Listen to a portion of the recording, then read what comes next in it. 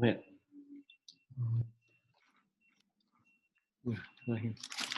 at that time,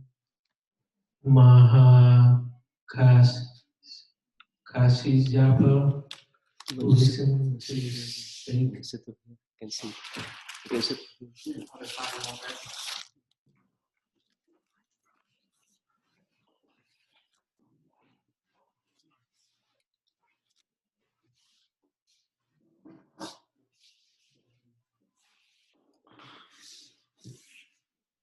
At that time, Mahakasyapa listened to state his meaning, once more spoke in verse form, saying, "We today have heard the Buddha's voice teaching, and we dance for joy, having gained what we never had before." The Buddha declares that the boy hearers will be able to attain Buddhahood. The crust of unsurpassed jewel has come to us unsought. It is like the case of a boy who, when still young, without understanding, abandoned his father and ran away, going far off to another man, drifting from one country to another for over 50 years. His father, distressed in thought, searched for him in every direction till, worn out with searching, he halted in a certain city. There he built a dwelling where he could indulge the five desires. His house was large and costly, with quantities of gold, silver, seashell, agate, pearl, lapis lazuli, elephants, horses, oxen, goat, palanquins, and carriages, fear of farming, manservant, rooms, and other people in great number. He engaged in profitable venture at home and in all lands around, and had merchant and traveling vendors stationed everywhere. Thousands, 10,000 million surrounded him and paid reverence. He enjoyed the constant favor and consideration of the ruler. The official and power climbed or joined in paying him honor, and those who, for him one reason or another, flack about him were many. Such were his vast wealth, the great power and influence he possessed. But as he grew old and decrepit, he recalled his son with great distress than every day, than ever, day and night, thinking of nothing else. Now the time of my death draws near. Over 50 years have passed since that foolish boy abandoned me. My storehouse is for good, what will become of them? At the time the impoverished son was searching for food and clothing, going from village to village, from country to country, sometimes finding something, other times finding nothing, starving and emaciated, his body broken out in sore and weak wound. So what I learned is um, that the boy that ran away from his father, he going to place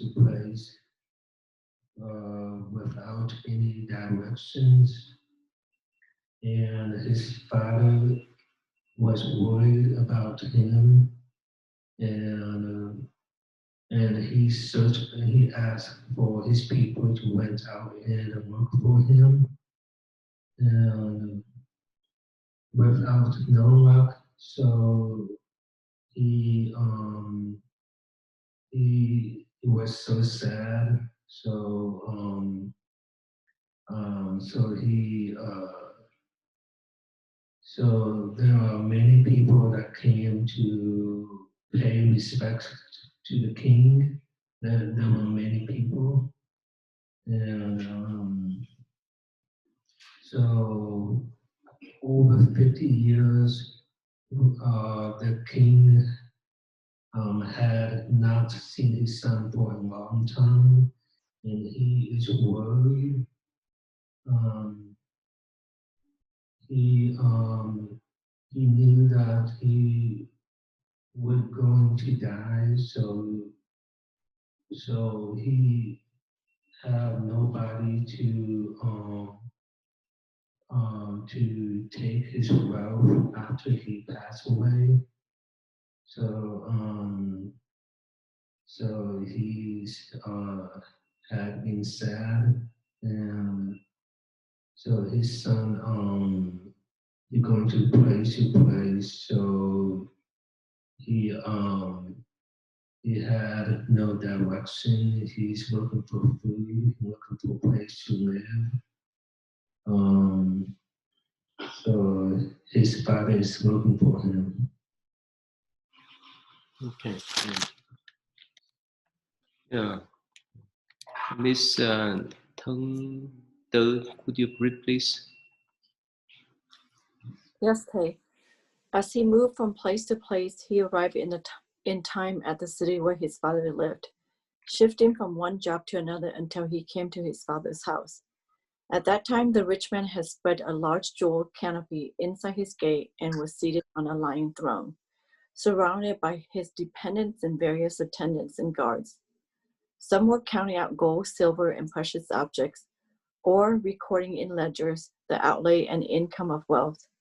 The impoverished son, observing how eminent and distinguished his father was, supposed he must be the king of the country, or the equal of a king. Alarmed and full of wonder, he asked himself why he had come here. Secretly, he thought to himself, if I linger here for long, I will perhaps be seized and pressed into service. Once his thought had occurred to him, he raced from the spot, and inquiring where there were a poor village, went there in hopes of gaining employment. This rich man at the time, seated on his lion throne, saw his son in the distance and silently recognized who he was. Immediately, he instructed a messenger to hurry after him and bring him back. The impoverished son, crying out in terror, sank to the ground in distress. This man has seized me and is surely going to put me to death. To think that my search for food and clothing should bring me to this. This rich man knew that his son was ignorant and self-abasing. He will never believe my words, will never believe I am his father. So he employed an expedient means, sending some of the other men to the son, a one-eyed man, another puny and uncouth, completely lacking in imposing appearance, saying, speak to him and tell him I will employ him to remove excrement and filth, and will pay him twice the regular wage. When the impoverished son heard this, he was delighted and came to the messenger, and worked to clear away excrement and filth, and clean the rooms of the house. From the window, the rich man could constantly observe his son, thinking how his son was ignorant and self-abasing and delighted in such menial labor. At such time, the rich man would put on dirty rag clothing, take in hand a utensil for removing excrement, and go where his son was, use expedient means to approach him, encouraging him to work diligently. I have increased your wages and given you oil to rub on your feet. I will see that you have plenty to eat and drink, mats and bedding that are thick and warm. So basically, the son came and saw how rich the father was, did not want to be in this environment where he'd be succumb to rich stuff, and he wanted to be more like a commoner. So basically, he wants to go away. However, the father, thinking that he wants his son to be close, decided to hire him twice the wage, and basically have him work like more like doing common stuff and not treating him like with royalty or richness. And so his son was okay with doing menial labor stuff. And I think that keeps, by doing that, the father feel that he can be close to his son, where he can see where his son, what his son is doing, and not having to have his son feel that, that he cannot be close to his son if he treat him differently into his level. Yeah, thank you. Thân Nguyên, please. Yes, sir. At times he could speak severely, "You must work hard." Or again he will say in a gentle voice, "You like a son to me." The rich man, being wise, gradually permit his sons to come and go in the house.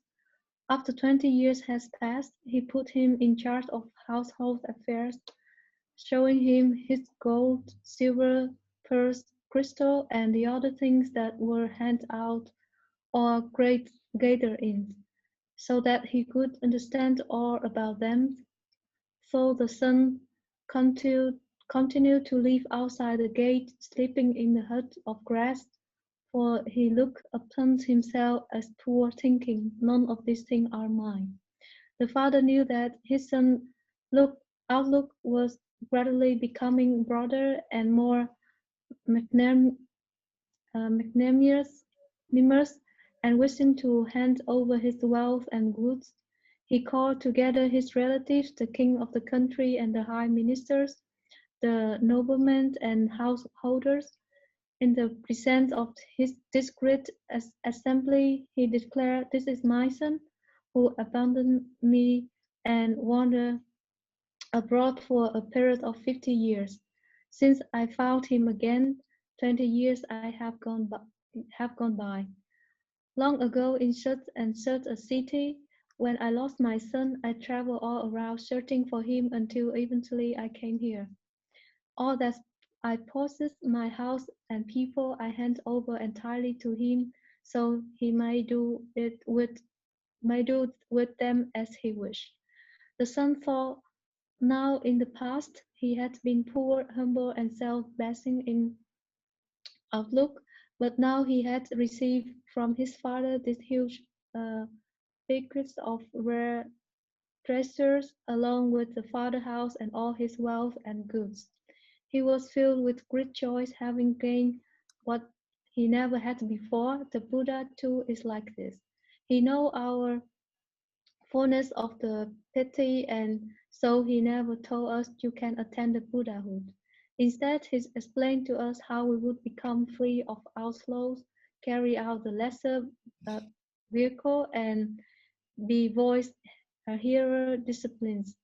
When the Buddha commands us to spread the supreme way and explain that those who practice this will be able to attain Buddhahood. We receive the Buddha teaching, and for the sake of the great Bodhisattva make use of cause and conditions, various similes and parables, a vary of words and phrase to preach the unsure pathway. When the son of the Buddha heard the Lord through us, day and night they pondered diligently and with effort practicing it.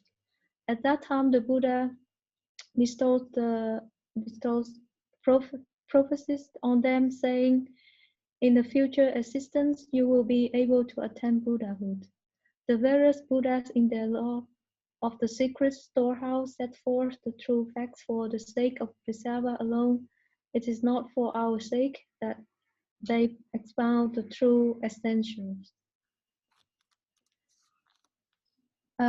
So I summary this part. In this part, the Buddha want to expressed again in this Lotus Sutra that all of his teachings are it just want to show to us that all sentient being has the Buddha nature, and uh, in when sentient beings are uh, free of desire and practice the Dharma, in some day all the sentient beings are able to attain the Buddhahood.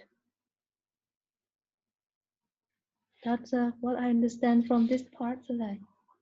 Thank you. So this verse is just summarize the thing that we discussed before, right? So we like that poor son run away from the father. This means we run away from the Buddha. That's why we get lost and could not remember that we can inherit all the treasures that the Buddha bestowed on us. In the Sugama Sutra, we say that if we recite Buddha names, we think about Buddhas. So from now until the times that we attain enlightenment, we would not be depart from the Buddhas. So he gave analogy like the mothers always love the children, but if the children run away from her, there's no way for her to live with them. Only when the children think about her, think about the mothers. So the mothers and the children would not be separated. So there's this story. We like that's poor man. So if we think about Buddha, if we recognize a Buddha nature, eventually we live with that. Okay. Miss Thân Như, please. Yes, Tay. The case is like that of the impoverished son who was able to approach his father. Though he knew of his father's possessions, at heart he had no longing to appropriate them. Thus, although we preached the treasured storehouse of the law of the Buddha, we did not seek to attain it ourselves. And in this way, our case is similar. We sought to wipe out what was within ourselves, believing that was sufficient. We understood only this one concern and knew nothing of other matters. Though we might hear purifying the Buddha lands of teaching and converting living beings, we took no delight in such things. Why is this? Because all phenomena are uniformly empty, tranquil, without birth, without extinction, without bigness, without smallness, without outflows, without action. When one ponders in this way, one can feel no delight or joy. Through the long night, with regard to the Buddha wisdom, we were without greed, without attachment, without any desire to possess it. We believe that with regard to the law, we possess the ultimate. Through the long night, we practice the law of emptiness, gaining release from the threefold world and its burden of suffering and care.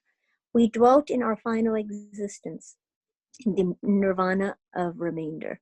Through the teaching and conversion of the Buddha, we gained a way that was not vain, and in doing so, we repaid the debt we owed to the Buddha's kindness.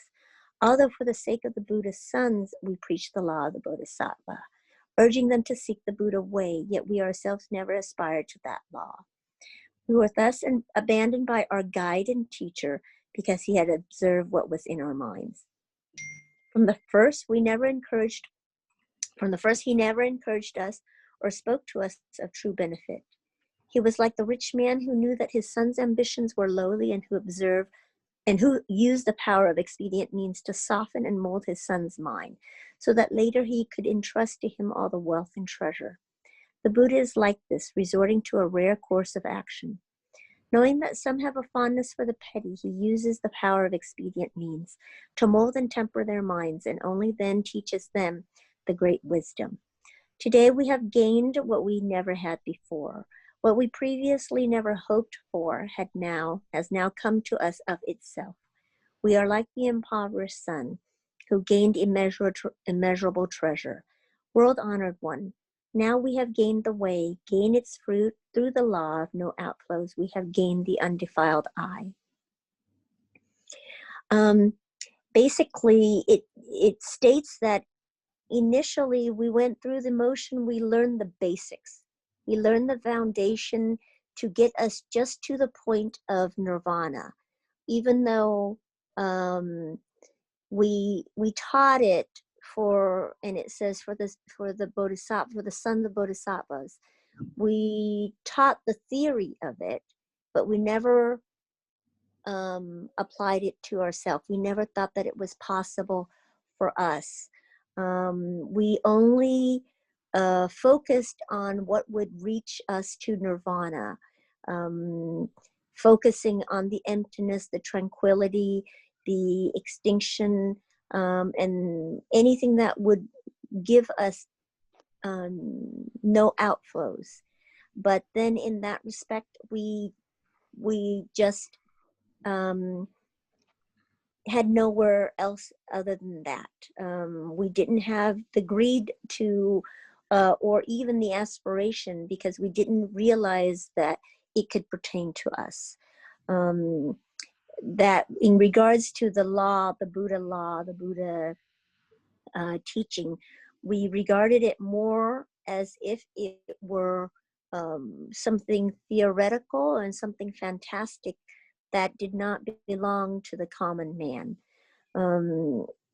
In practicing it, we only knew to get to nirvana.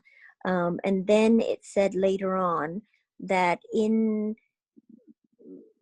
the Buddha's teaching, even though we never aspired to it, but just as the Buddha had, just as the old gentleman who was able to slowly mold and change or expanded his son's knowledge and his son's view of what his potential could be, that even though he was an impoverished man, but because he was placed in in an environment where he could learn more and he could grasp more and he could process more, then the possibilities that could come to him is endless. And that he's able to finally accept the greatness that is within his potential, and that he could finally accept that the responsibility he had to take over his father's empire. And his father did that slowly by using skillful means. So the Buddha, in teaching us, started out with our outlooks being very small and petty and humble, but with the Buddha's skillful means and teachings, slowly he's able to introduce the ideas to us that one day we too can aspire to become a bodhisattva if we follow the law and the teachings of the Buddha. So that is the comparison, and that is the metaphor and the analogy for the lesson, that we too can take small steps, but we should not have to keep ourselves humble, that reaching Buddhahood is a possibility for all of us. Yeah, thank you, Ms. Tung Yu. Yeah, so this passage is important, that it reveals what we discussed last time.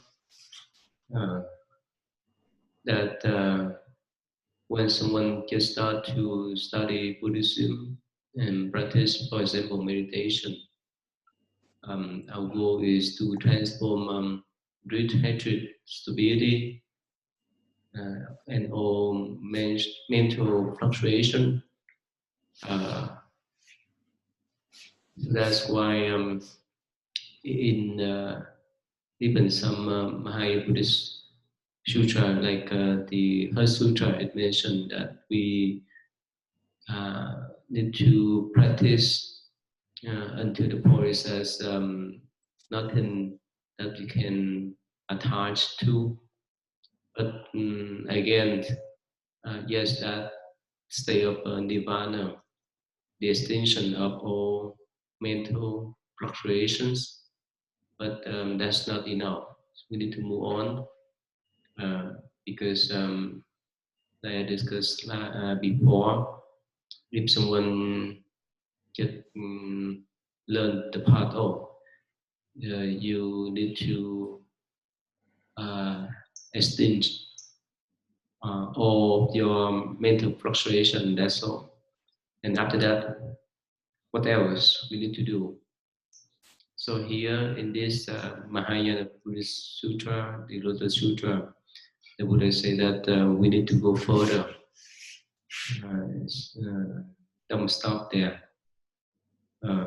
So even we can transform our mental afflictions. We still need to work on the Bodhisattva path. Of course, as much as we recognize our Buddha nature that we inherit in the limitless past life and even now, wherever we go, whichever form we have.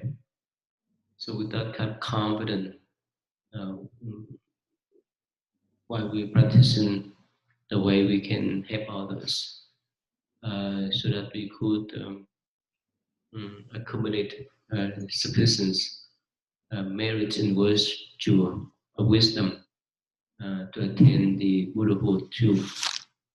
So that's what we discussed before. Okay. Yeah, John, can you read, please, John?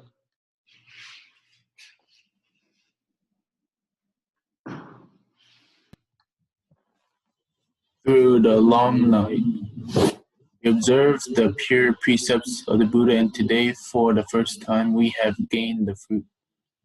The recompense in the law of the Dharma King, we have long carried the Brahma practices. Now we obtain the state of no outflows, the great unsurpassed fruit. Now we have become voice hearers in truth, for we will take the voice of the Buddha way and cause it to be heard by all. Now we have become true arhats, for everywhere among the heavenly and human beings, devils and brahmas of the various worlds, we deserve to receive offerings. The world-honored one, in his great mercy, makes use of a rare thing in pity and compassion, teaching and converting, bringing benefits to us. In numberless millions of kalpas, who could ever repay him? Though we offer him our hands and feet, bow our heads in respectful obeisance, and present all manners of offerings, none of us could we pay him.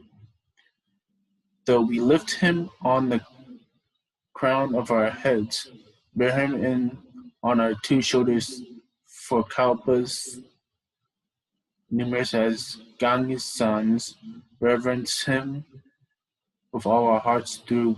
Though we come with delicate foods, with countless jeweled robes, with articles of bedding, various kinds of positions, white potions, medicines, with ox head sandalwood, and all kinds of rare gems, construct memorial towers, and spread the ground with jeweled robes. Though we were to do all this by the way of offering for kalpas, numerous as Ganga says, still we could not repay him. Yeah, Samara, please. So just from like reading like the half towards the end, it kind of sounds like no matter how much like we offer, like there's no way like we can repay like what he taught us. Okay, thank you. Yeah.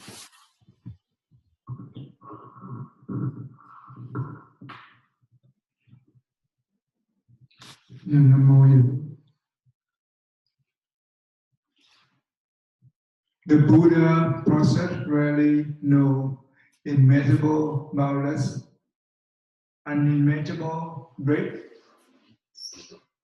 transcendent power, free of outflow, free of action, this king of doctrine for the sake of humble and lowly, exercise patience in this matter, to common mortal attached to appearance, they reach in accordance with what is appropriate. With regard to the law of the Buddha, are able to exercise complete freedom. They understand the various desire and joy of living being as well as this and as there am an ability and can adjust to what they are capable of employing innumerable stimuli to expound the law for them. Utilizing the good root laid down by the living being in previous existence, distinguishing between those whose roots are mature and those whose roots are not mature, are not yet mature, they exercise various calculation, discrimination, and perceptions, and then take the one vertical way and in accordance with what is appropriate to at three. Okay. So basically, this is so the Buddha process very invisible boundless. That means his wisdom, his the law of the Buddha teaching is beyond, and that means we have to be very patient and to exercise patiently and reach to the living being with many different experience being, so they can be able to form the three vehicle into one vehicle. That means into the Buddha vehicle.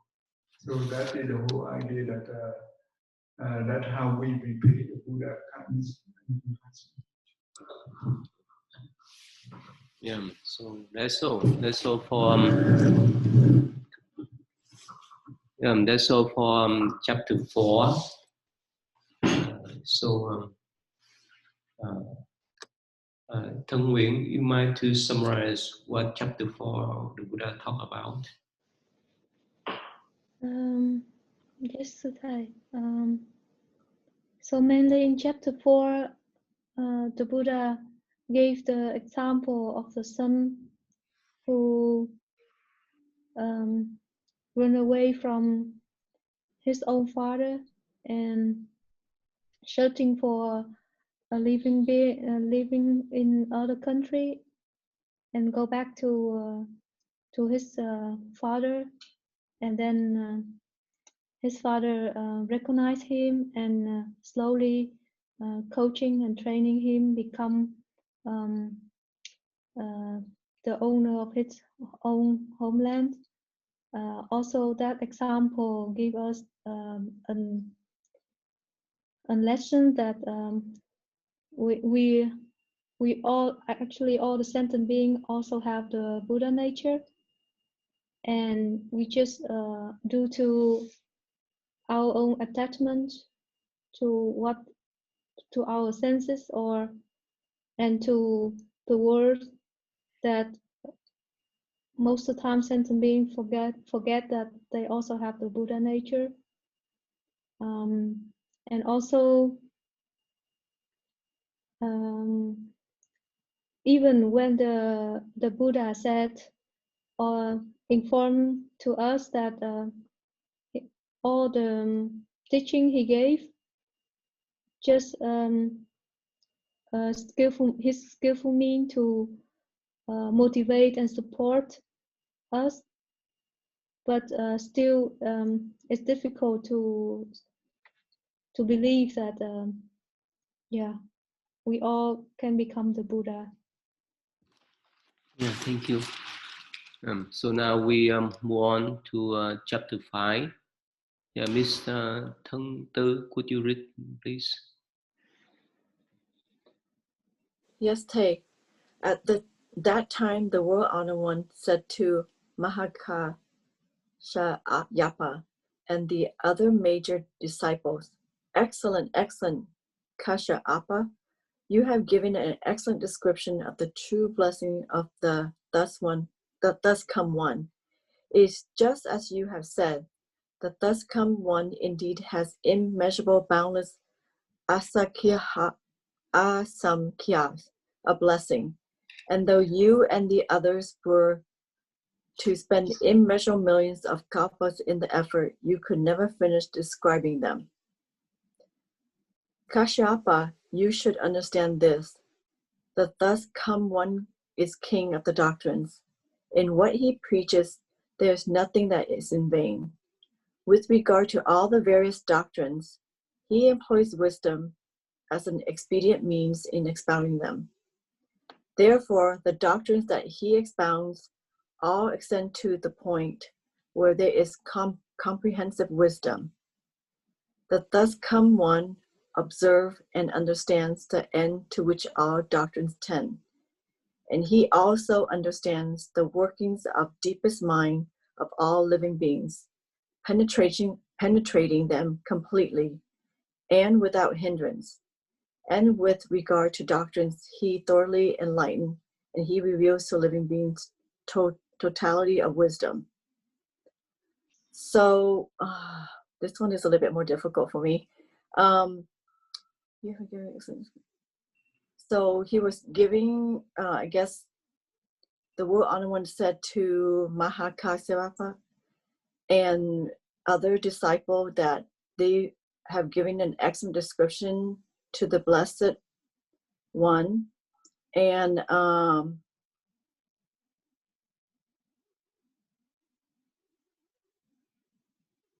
so even though that there was immeasurable copies that was given in effort, you could never finish describing them. Kasyapa said that he can understand. Kasyapa can understand this, and that even though the king of the, you know what? I think I need help on this passage, Tay. I don't want to misinterpret the summary of this. Yeah, thank you. That's okay. Yeah, so the first paragraph, the Buddha said that if anyone want to spend immeasurable millions of coppers to disprice the true blessing of the Buddha, they can't. So the next paragraph, the Buddha mentioned that he is the king of the doctrines, he knows everything. So whenever he teach, he should have the meaning. So those meanings that he employs would bring benefit for others. Especially he used some experience meaning to explain for them to understand. So basically he would observe and understand all the doctrines as well as the root of sentient beings. So that's why he could provide the teachings according to their needs so that they can understand. Because he had thoroughly enlightened those doctrines, and now he want to reveal those doctrines to living beings so that they could attain the wisdom totally and completely like him too.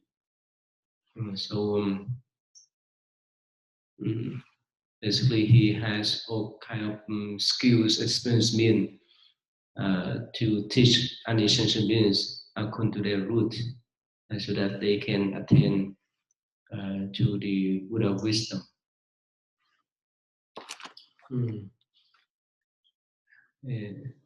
Any question, any comment? Is that understandable, Ms. Thăng Như? Sorry, Thăng Tư. Yes, Tay, but I think some of the people that I guess I don't know who they are, so that's why I was trying to relate to who are these people. I guess I'm not comprehending that. That's the reason why. Which one is that? Kashipa.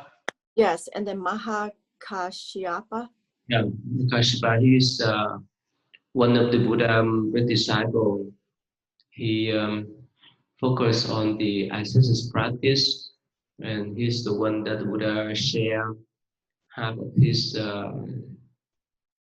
seed, and he's the one that Buddha gave the bow and the ropes so that he could keep until the next Buddha, Maitreya Buddhas appear on the world. So Mahakashipa would give that second Buddha's robe and bows to the next Buddha, the Maitreya Buddhas. So in both traditions, recognize this Mahakashipa. Up to now, he's still in meditation, waiting for the next Buddha, Maitreya Buddhas to appear on the world, probably more than 570 million years from now. Of course, for us, it's still long, but within the Buddha's wisdom, it would not be long, because our lifespan is pretty short, only up to 100 years, but the other celestial beings' lifespan may be longer. So again, the Buddha talk about his teachings. He used experience mean to provide the appropriate teaching to the needs of the root of sentient beings. When he mentioned this thing to Mahakashipa, it makes sense, please, thank you. Yes, Tay. Thank you, Tay. So who is the third common? Third common, that's mean Buddha. So the Buddha has 10 titles, 10 names, 10 titles. The third common, the excellent one, the only ones, the enlightened one. So, Ms. Thăng Tư, you recognize the blessed one. Yeah, the blessed one. You recognize the 10 titles of any Buddhas has? No, Tay. Yeah, so that's one of the titles. The first common one, the only ones, the enlightened one, the blessed one, and so forth. Yeah. So this talk about Buddha. Okay.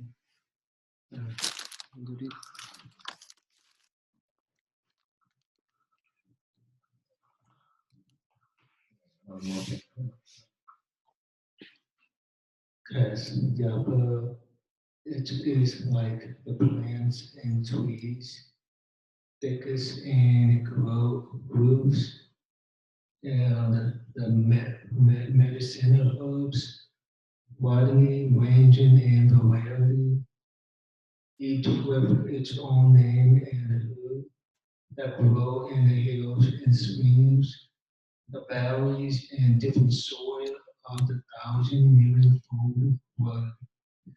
Dense clouds spread over them, covering the entire 1,000,000,000-fold world, and in one moment saturating it all. The moisture penetrates to all the plant trees, thickest in grooves, and medicinal herbs, equal to the big root, big stems, big limbs, and big trees. Each of the trees, big and small, depended upon whether it is superior, middle, or inferior in nature. We see its allotment, the rain falling from one blanket of clouds, accord with each particular species and nature, causing it to sprout and mature, to blossom and bear fruit. There are these plants and trees grow in the same earth and moistened by the same rain. Each has differences and particulars. Someone understand that?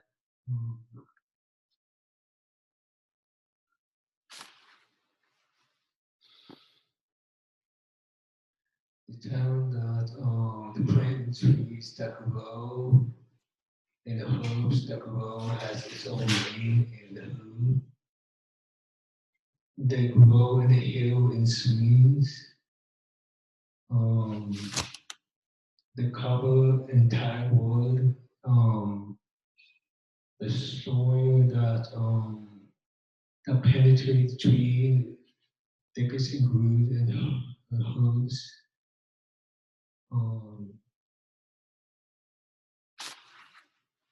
Small, the trees, whether big or small, depending on whether it is superior, middle, or inferior in nature, we see it a lot of it. The rain that falling down causes it to sprout and mature, blossom and bear fruit. They grow at the same on the same earth and moistened by the same rain, but each has differences and particulars. You understand? No. Now you fuck.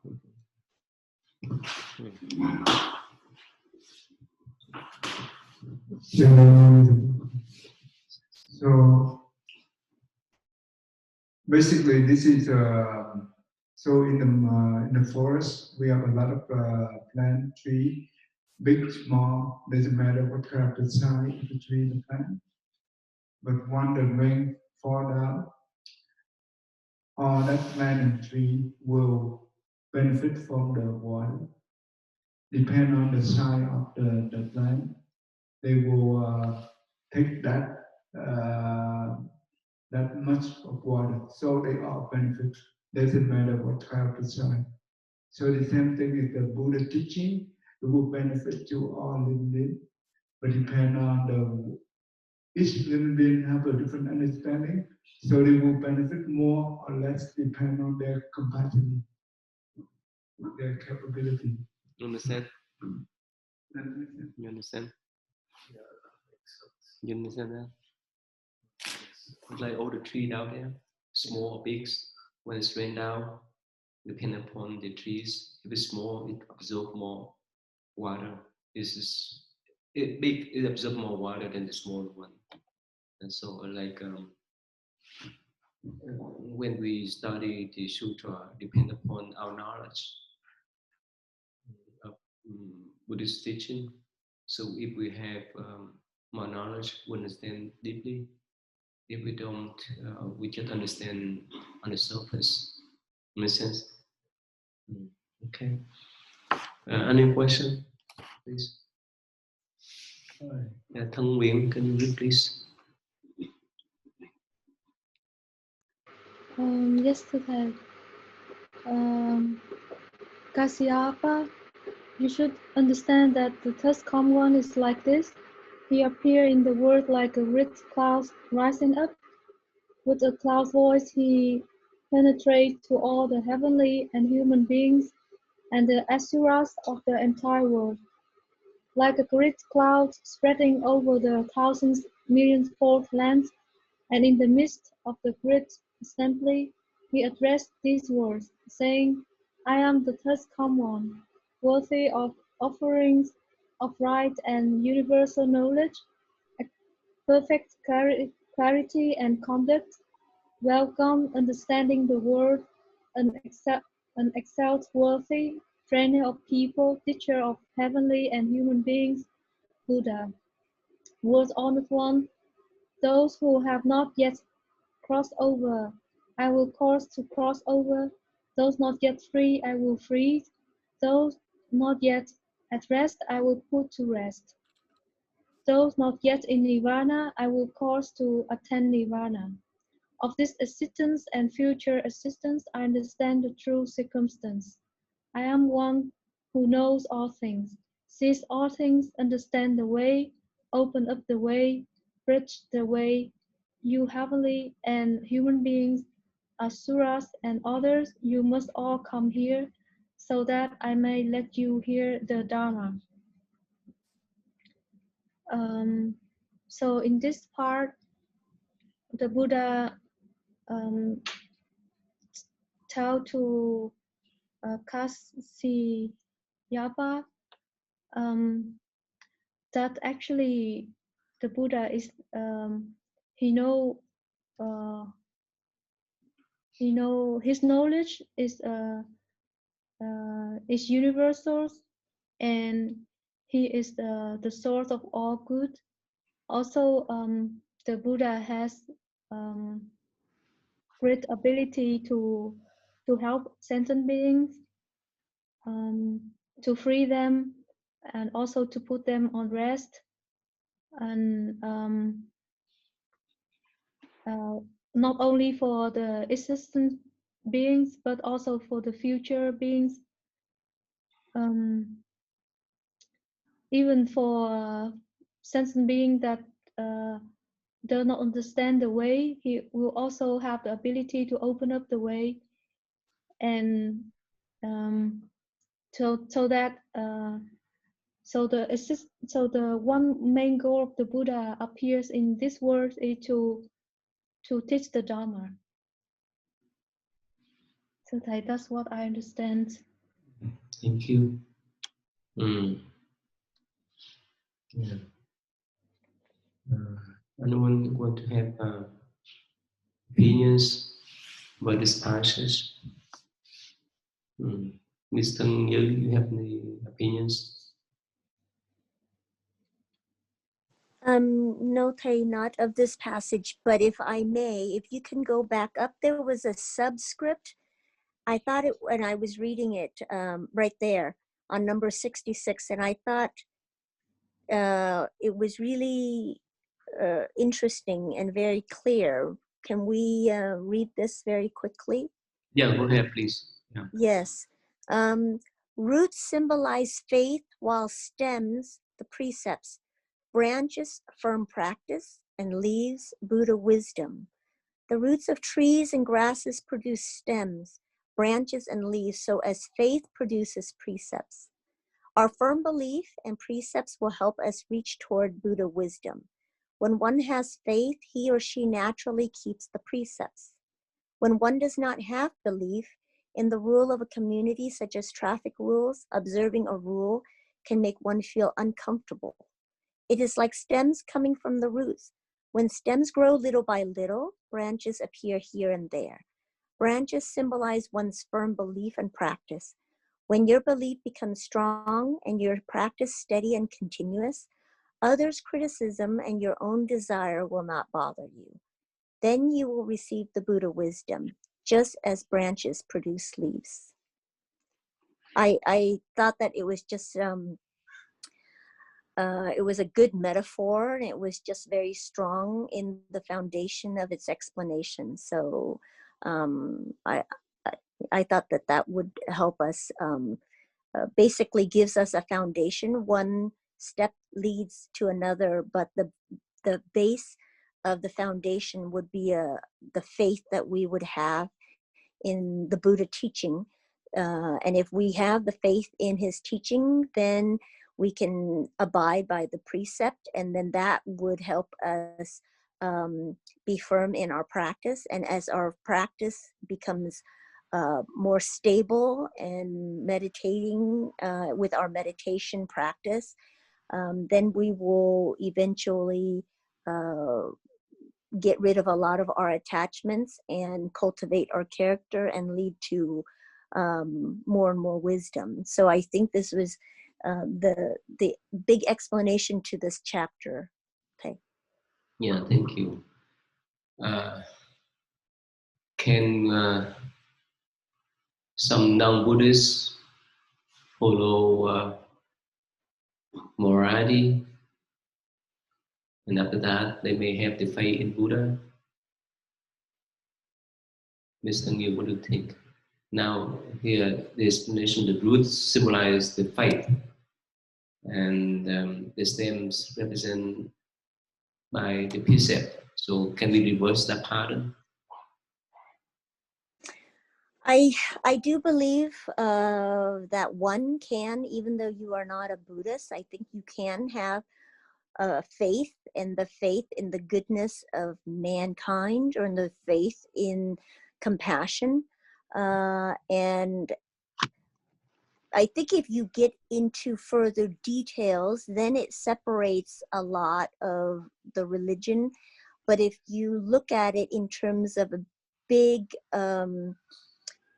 following the theme of this chapter, if you look at it in terms of the big cloud, and if it rains, then the leaves of a lot of the plants and trees will catch some of that rain, and it gets absorbed in the leaves first.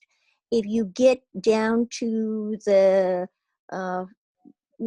deep below the soil, and you get into the roots, and you have to get into the nooks and crannies, then you get into the more detailed of the Buddhist practice. But I think in terms of a non-Buddhist, can they follow a very generic mode of life rules? And I think you can. I think across the majority of religions, the majority will teach the basic goodness of compassion.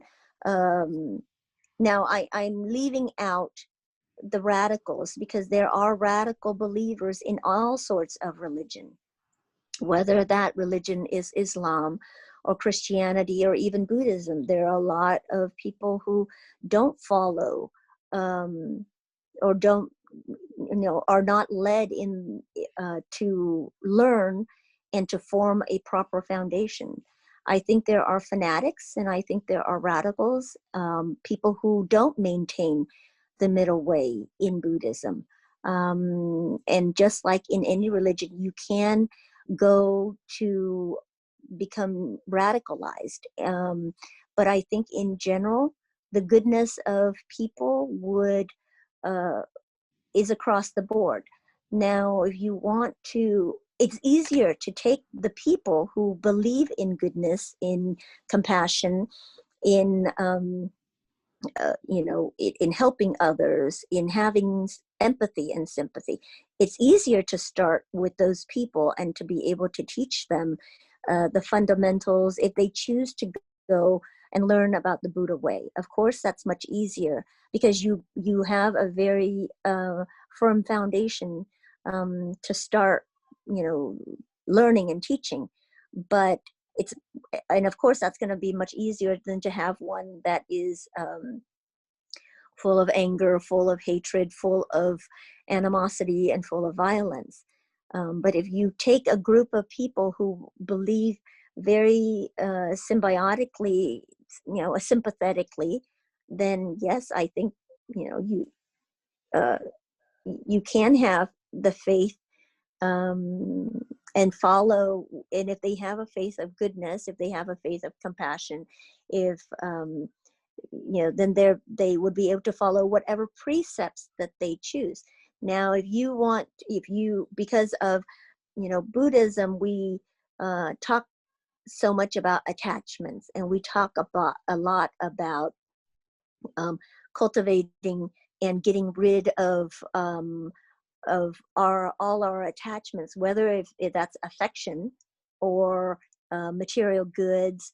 All these afflictions that we have are more defined very well. And perhaps those people, they don't understand the attachments and they don't understand the afflictions. And so that kind of clarity and that kind of consciousness is not in them. But I think if you have you can have a group of non-Buddhists still be considered compassionate and good people, following a certain set of faith and a certain set of precepts, and they practice towards goodness. It may not be specific to what it is that the Buddha teaches us in terms of cultivating and then getting rid of afflictions and getting rid of attachments. Yeah, thank you. In the Flower Dharma Sutra, the Buddhas gave another metaphor.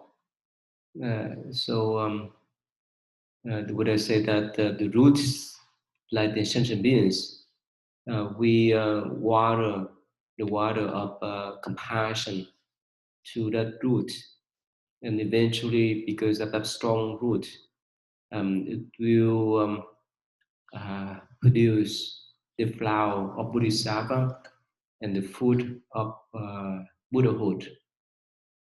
Ms. Thân Như, have you heard about this metaphor before? I'm only on chapter 5 of that sutra, so I don't know which part of it is on that. But no, I have not yet heard of that metaphor.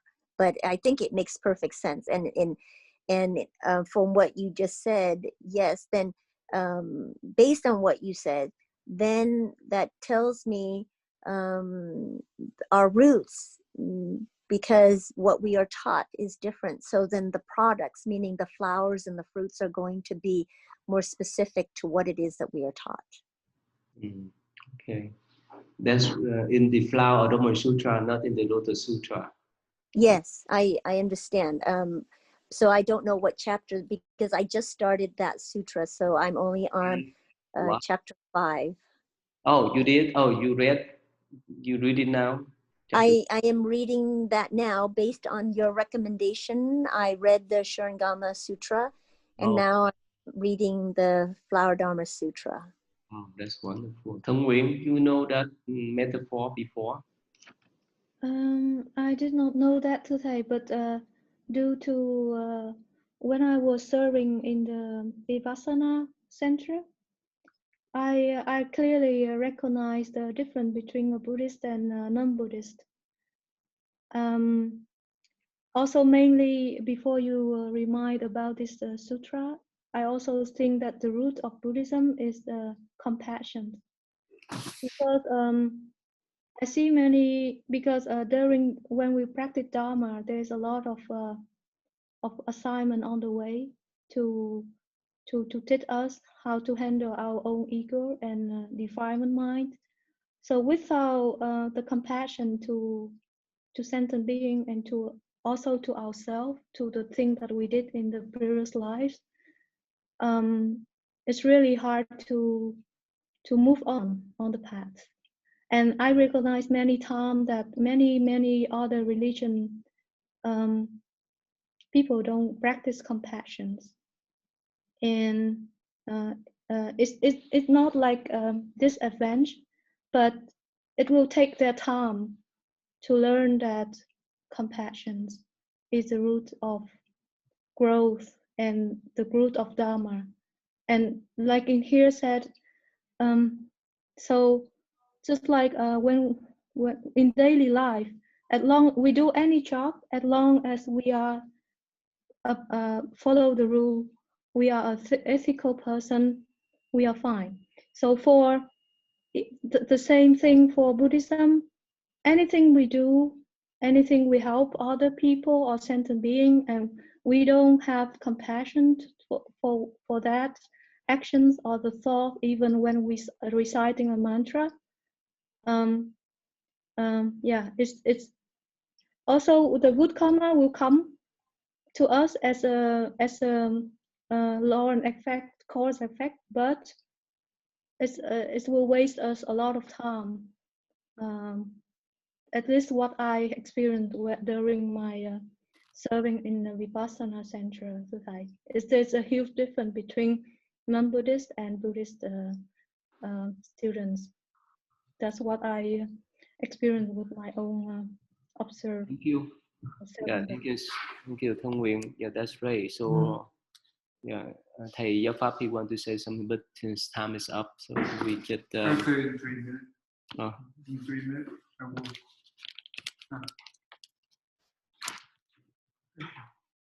Yeah.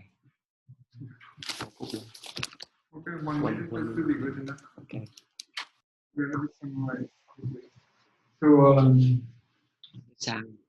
so when on the last day of the Buddha, before he entered the Nirvana,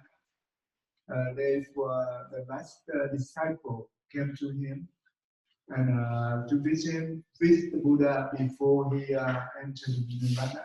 And he asked the Buddha, I heard that there are 6 different groups of religion very popular in India at the Buddha time.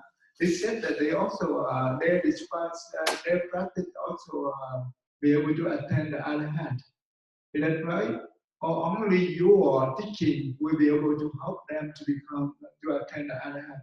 The Buddha said that if the teaching doesn't have, if any group does not teach the Four Noble Truths and Eightfold Path, there is no Arahant. Yeah, because the right view, the right wisdom is so important. Thank you. Yeah, thank you. Yeah. Any question before we end today?